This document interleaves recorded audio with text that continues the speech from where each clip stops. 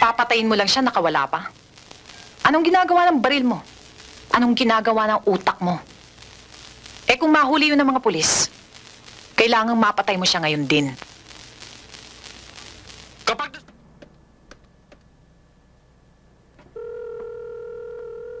Hello? Hello, Lynette? Ay, Nay, magandang gabi ho. Kumusta na po? Umuwi ka na, anak.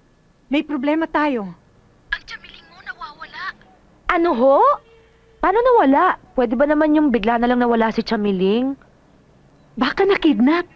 Nay naman, mayayaman lang pong kinikidnap. Naku, ewan. Sila ni Sonny nagtalo kagabi. Ha? Ate, bakit? Tungkol saan? Ate. Ate, oh, di ba ikaw naman, alam mo na si Chamiling, kung minsan may kakulitan din yun. Di ba dapat pinagpapasensyahan mo na lang? Sana hindi mo na pinatulan. Ano? Ako ang sinisisi mo? Hindi naman sa ganun, ate. Naisip ko lang baka nagtampo. Hindi ko rin alam. Eh, yun nga ang problema eh. Wala kang alam. Kasi wala ka dito. Nilayasan mo kami. Nandun ka sa Maynila, nagpapasarap. Tapos eto ka ngayon.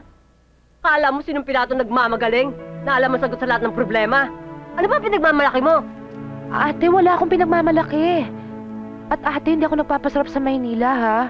Wala rin ako masamang ibig sabihin, ate. Ngayon gagawin mo pa akong... Sonia, Elenita, tama na yan. Imbis na hanapin natin si Miling, nag-aaway pa kayong dalawa. Nakakapika na ho magaling ninyong anak eh. Ate, ano ba talaga ang galit mo? May kasalanan ba ako sa'yo? Ay naku, wala! Wala kang kasalanan. Wala kang ginagawang mali. Ang galing-galing mo nga eh. Kung di ka ba naman magaling, nilayasan mo kami. Lahat ng responsibilidad mo, iniwanan mo. Pagkatapos ngayon, ikaw pa rin lumalabas sa bida.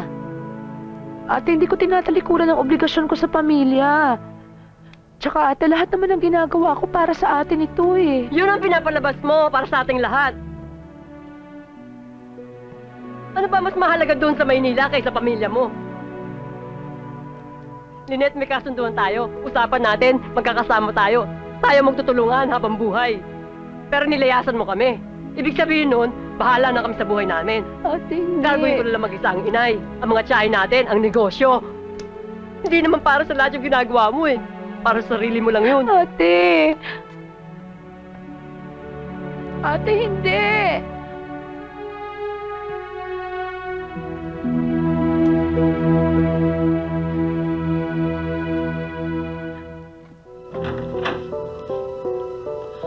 Dondon?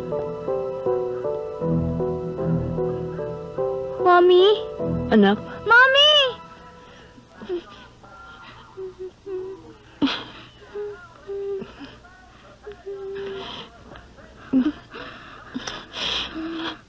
Kumusta ka na? Sinaktan ka ba niya? Hindi ako nananakit ng bata. Sorry. Hindi ka nga pala nananakit ng bata. Nangingidnap lang. Magpapatutsadahan ba tayo o magsusumbatan? Ano ba talaga ang gusto mo? Pera? Magkano? Ibabalik ko na sa'yo ang anak mo. Pero sa isang kondisyon. Tatawagan ko ang asawa mo sa telepono. Gusto ko makinig ka sa extension. Bakit? Mahilig ka magtanong. Sana makuha mo na ang sagot ngayon.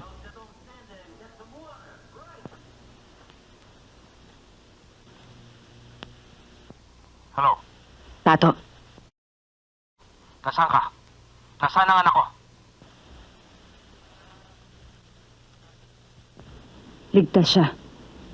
Kapag sinaktan mo ang anak ko, magtago ka na. Sinaktan mo ang anak ko, nagtago ka ba? Nagpasya na ang korte. Ano pa bang gusto mo? Ang makulong ka, Tato. Napatay ko. Nakulong ba ako? Kahit 10 anak mo, hindi ako maaaring makulong. Hindi mo ba maintindihan yon? Bakit? Dahil malakas kayo? Makapangyarihan kayo? Oo. Kaya ibalik mo na sa akin ang anak ko. Dahil kung hindi, iisa-isahin ko ang pamilya mo. Pinapalaan kita. Sanay kang pumatay. Mamamatay tao. Walang kasalanan ng anak ko. Hayop ka! Bakit mo siya binaril? Kasi siya, haharang-harang. Uy, sana ang anak ko. Buhay sana siya kung hindi mo kinaladkad ng kotse mo. Hindi ko alam na kumapit siya sa kotse. Hinahabol kita, sumisigaw ako. Pinapatigil na kita pero ayaw mo tumigil, tuloy-tuloy ka pa rin. Alam mo na sagasaan mo. Alam ko. Look, Ellen, tapos na ang lahat. Ano man ang gawin natin, hindi na natin maibabalik ang anak mo. Kung magkano ang kailangan mo, para mapadali sa'yo makalimutan mo ang anak mo, sabihin mo lang sa akin. Pero ibalik mo sa akin ang anak ko. Hayop ka, Tato. Hayop ka. Ikaw pala talaga pumatay doon sa hayop ka.